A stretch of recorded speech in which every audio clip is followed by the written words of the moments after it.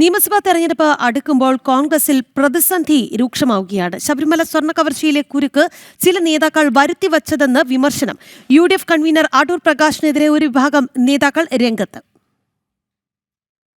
തദ്ദേശ തെരഞ്ഞെടുപ്പിലെ മേൽക്കൈ വലിയ ആത്മവിശ്വാസമാണ് UDFന് നൽകിയത്, പ്രത്യേകിച്ച് കോൺഗ്രസ് നേതൃത്വത്തിന്. നിയമസഭാ തെരഞ്ഞെടുപ്പിൽ വിജയമുറപ്പാണ് എന്ന നിലപാടിലേക്കും അവർ എത്തിയിരുന്നു. സ്വർണ്ണ കവർച്ചാ കേസിലെ CPM ബന്ധവും തെളിവുകളും സജീവ ചർച്ചയായി നിർത്താൻ KPCC DCCകൾക്ക് നിർദ്ദേശം നൽകിയിരുന്നു. മുഖ്യപ്രതി ഉണ്ണികൃഷ്ണൻ പോറ്റി മുഖ്യമന്ത്രിക്കൊപ്പം നിൽക്കുന്ന ചിത്രവും അവർ ആയുധമാക്കിയിരുന്നു. എന്നാൽ പോറ്റിക്കൊപ്പം സോണിയയും അടൂർ പ്രകാശും ആന്റണിയും നിൽക്കുന്ന ചിത്രം പുറത്തായത് വലിയ ആഘാതമാണ് ഉണ്ടാക്കിയത്. UDF കൺവീനറായ അടൂർ പ്രകാശ് തന്നെ കൂടിക്കാഴ്ചയ്ക്ക് എന്തിനു മുൻകൈയെടുത്തു എന്ന ചോദ്യമാണ് പൊതുസമൂഹം തന്നെ ചോദിച്ചത്.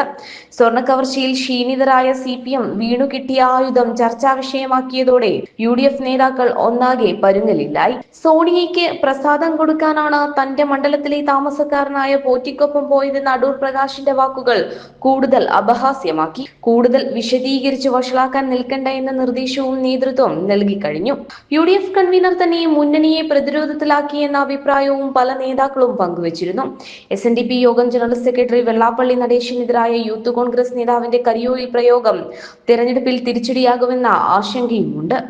മതസാമുദായിക നേതാക്കൾക്കെതിരെ തിരിഞ്ഞാൽ വോട്ടു വിഹിതത്തെ ബാധിക്കുമെന്നാണ് വിലയിരുത്തൽ.